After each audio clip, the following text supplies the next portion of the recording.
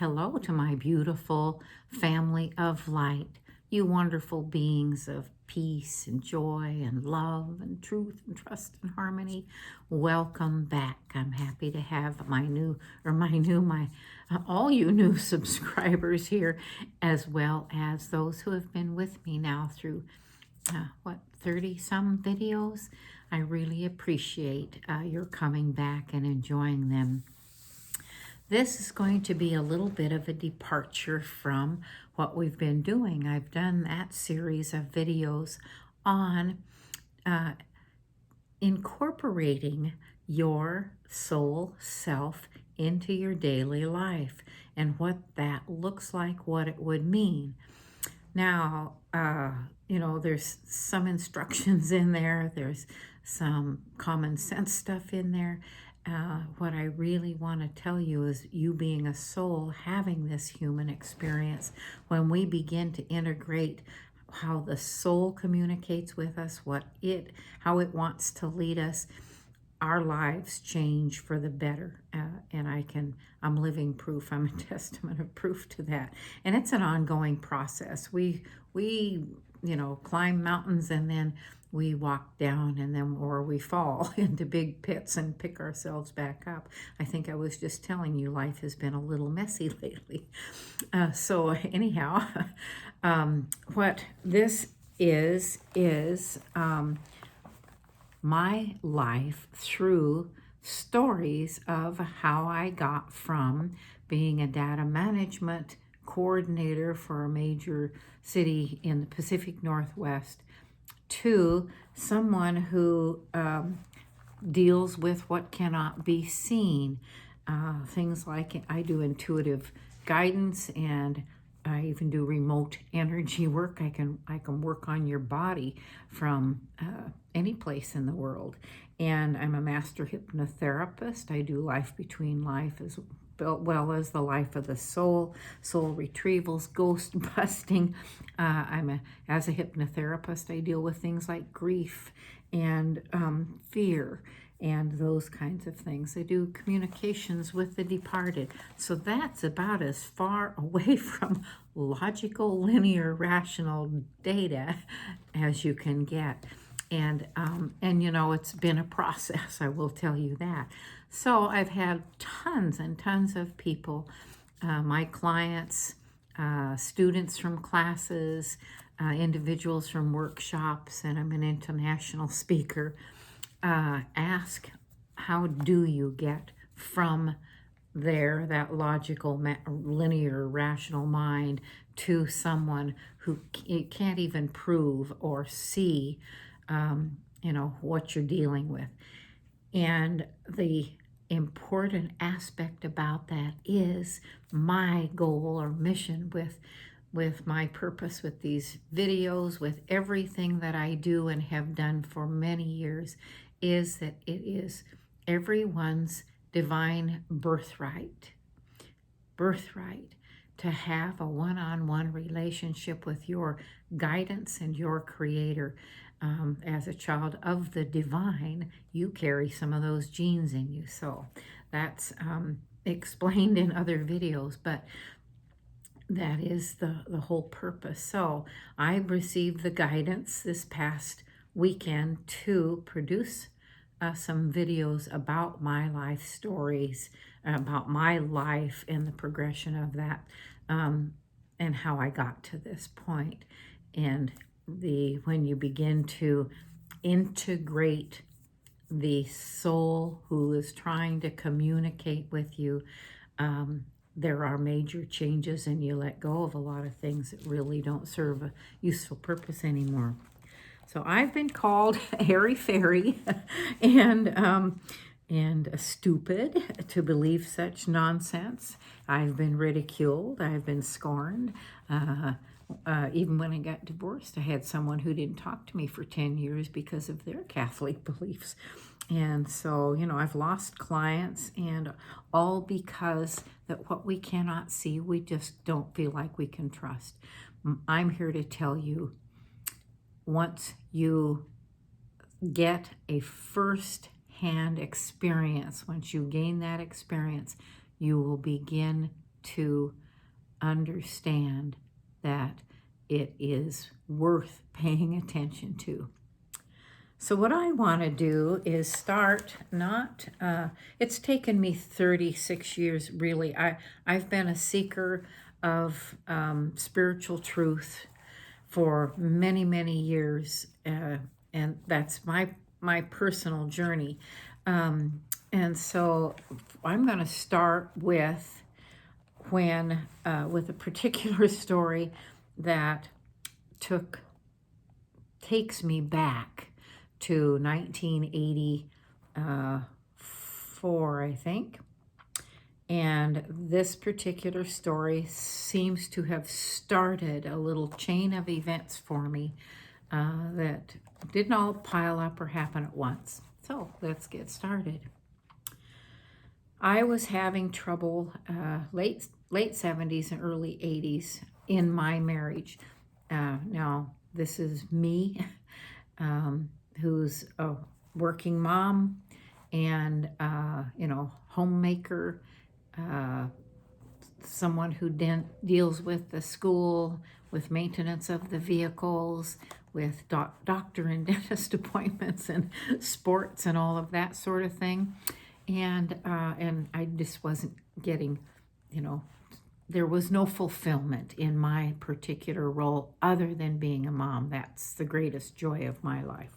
So the marriage was in trouble, and I couldn't get a cooperative component to join me at counseling.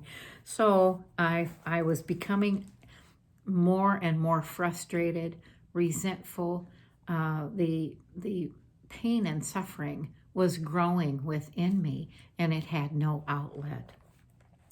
And a friend said to me that I might want to try getting guidance from someone, and she knew of just the right person.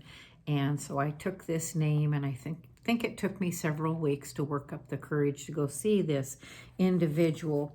And I remember the exact little boho chic office that he had.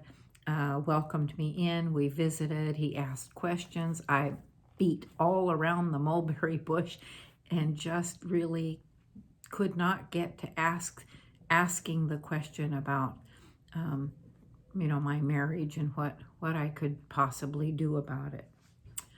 When I did, finally, it was the last question I asked in a 1-hour appointment.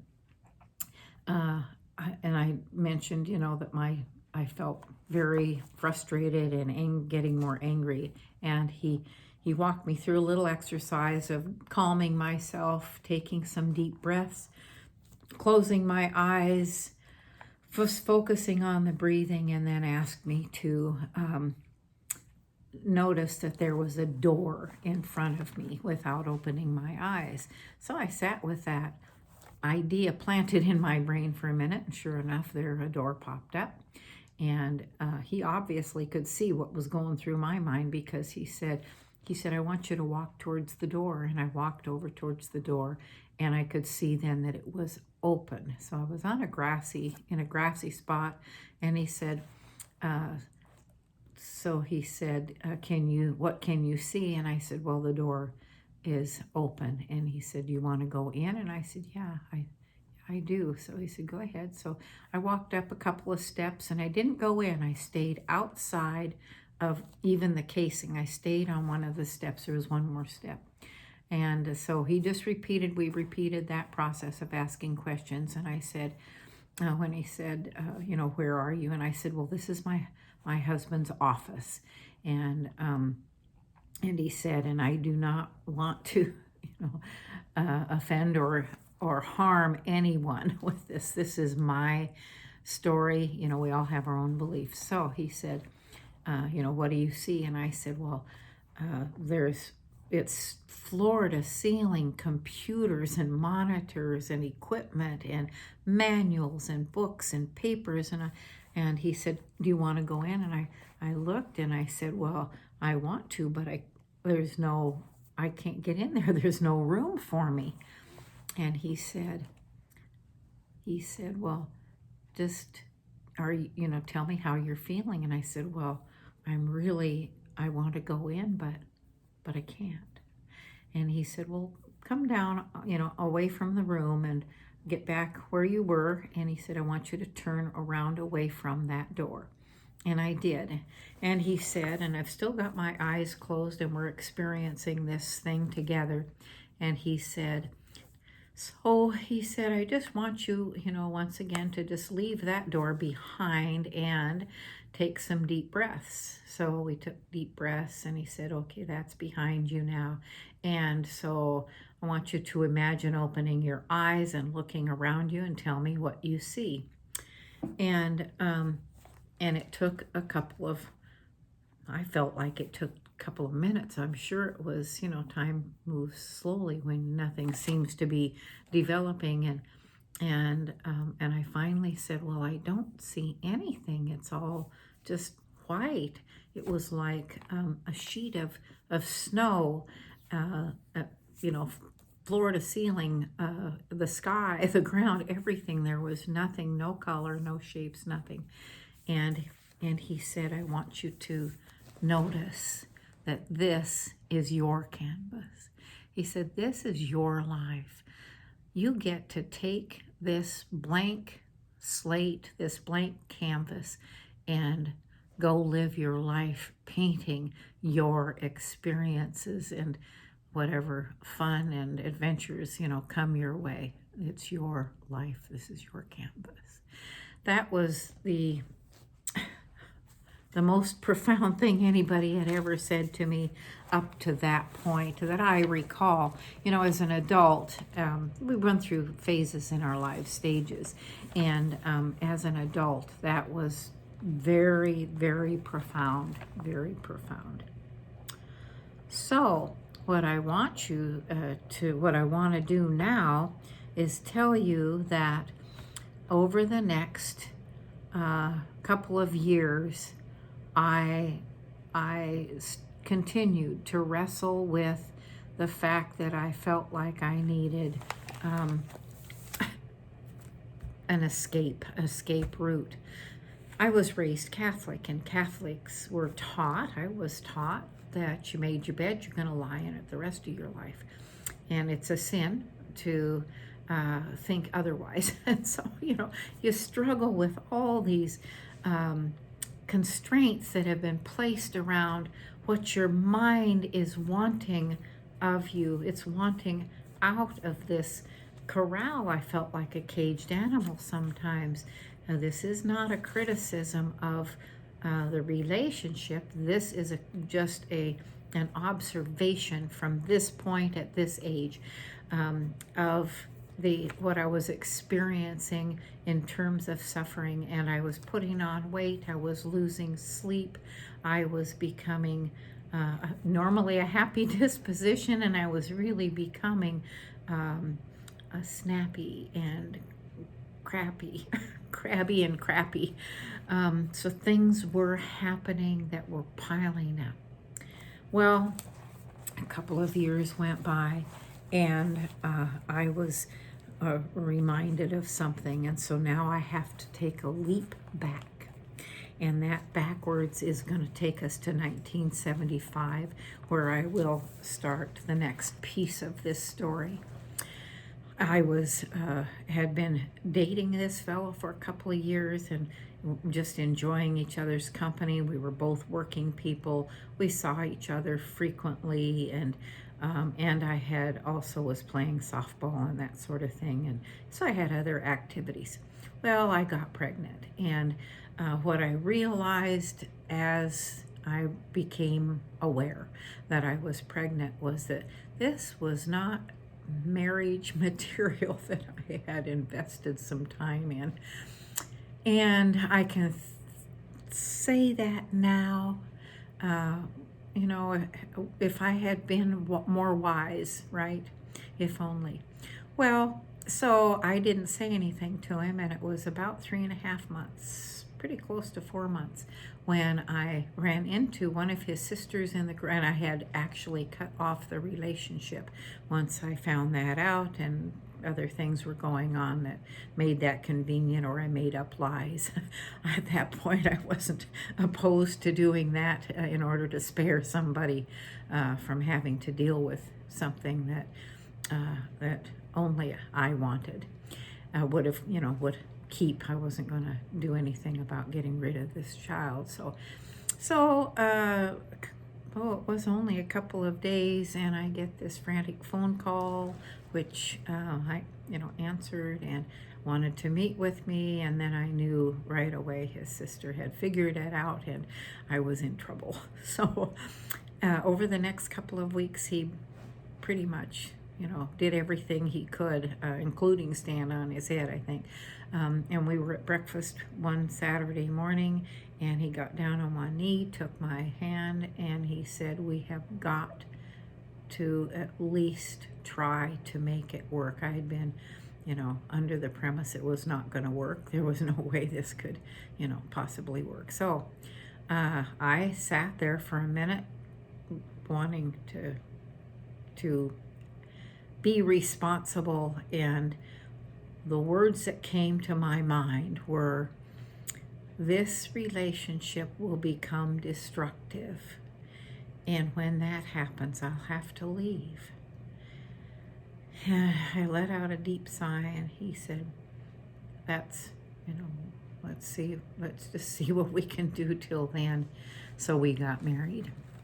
And it wasn't in a fever. It was just, we decided to give it a go. All right, I'm going to leap back now to a couple of years past that reading that I had with the fellow who walked me through the blank canvas.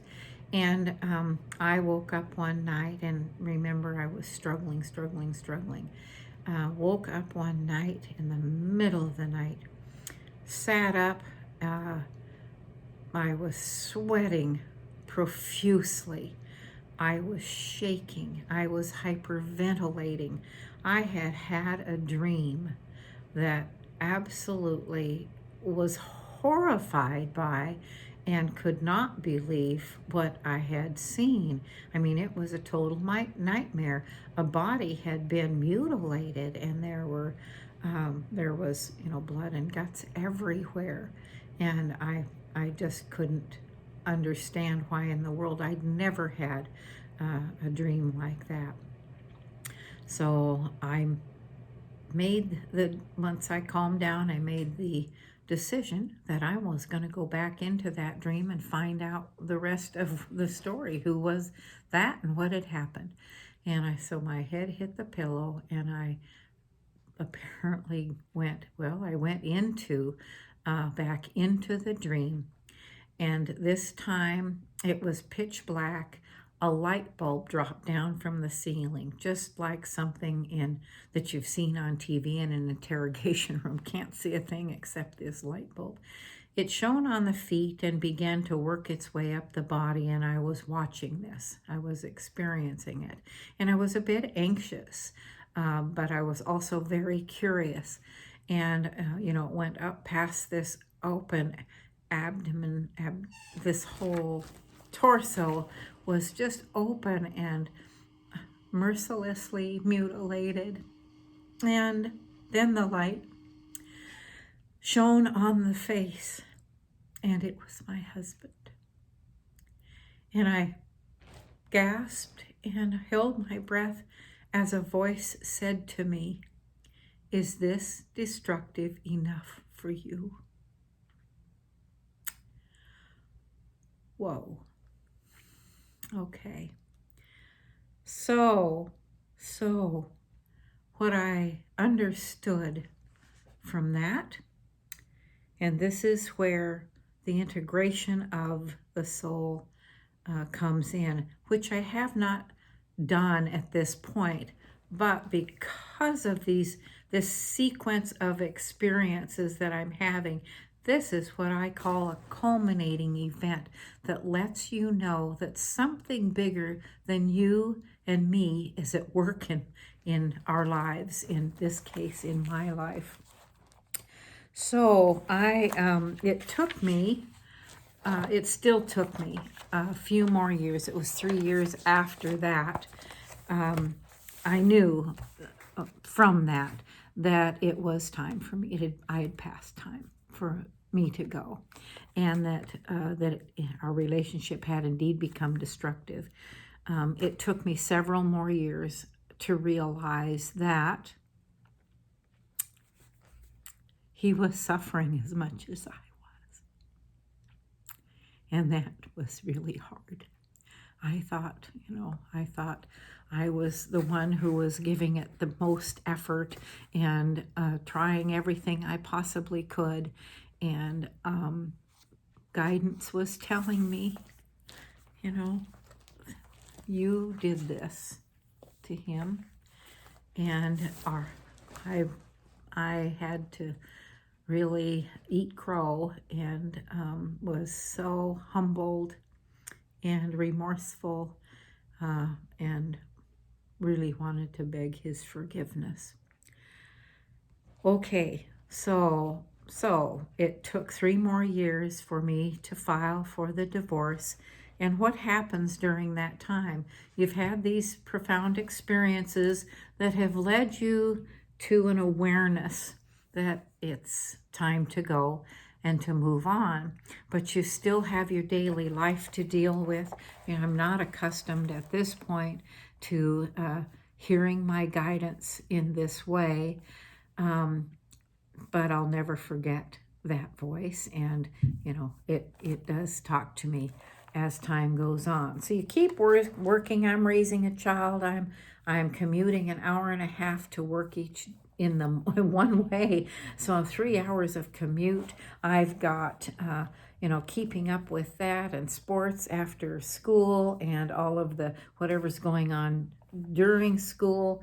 I'm frustrated, angry, and resentful because even though I've had that message, I'm still in a relationship that isn't working very well. And counseling, he is not wanting to go do that. And my son finally is willing to come with me at some point. So, and you forget about the dream. Your life takes over. You have this mind that's saying, well, here we go again, and I'm trying all this and I'm working as hard as I can. And it's only when I was absolutely so frustrated I couldn't manage it anymore that I would be reminded of that. In fact, I'm quite certain that guidance would plant that. I also found a church that helps. So how do you balance this out? I found a church who told me I was okay and helped me to realize that I wasn't as bad as that mutilation made me, think. And I was already suffering from somewhat a lack of self-worth. So I wasn't lacking intelligence on the business aspect of things, but I certainly was in my own life and relationships. So what I want to tell you is your life continues with, a few alterations, and that's where I'm going to leave this story for now. If you go back and look at a couple of the videos, and they all have labels about, fear, anger, resentment, moving forward in this or that, you may find something beneficial there. What I'm wanting you to experience and find today is your own story in which you made yourself out to be right, and regardless, you are someone who has an impact on others, a big impact, and we don't know how they're suffering and how they're managing or coping. So I want to thank you for joining me for this installment, the beginning of integrating my soul into this is my life, and my soul is calling. I will be setting up a new channel for these, but with the with the onset of trying to get these things, I'll make some videos before I actually do that. So thank you so much for joining me today. I want you to know that you are a loving being. You are worth more, so more, and capable of so much more, and loved beyond your imagining. I love you this much. I'm here for you. Please leave comments regarding how you liked or didn't like this. Be kind. Just let me know. And don't forget to give it a thumbs up and subscribe. This is information that I'm really hoping to get out to as many people as possible so that they can find. We're going to work through some resolutions, together. So thank you so much. I look forward to seeing you in the next installment. And be safe, be well. You are loved. You are loved.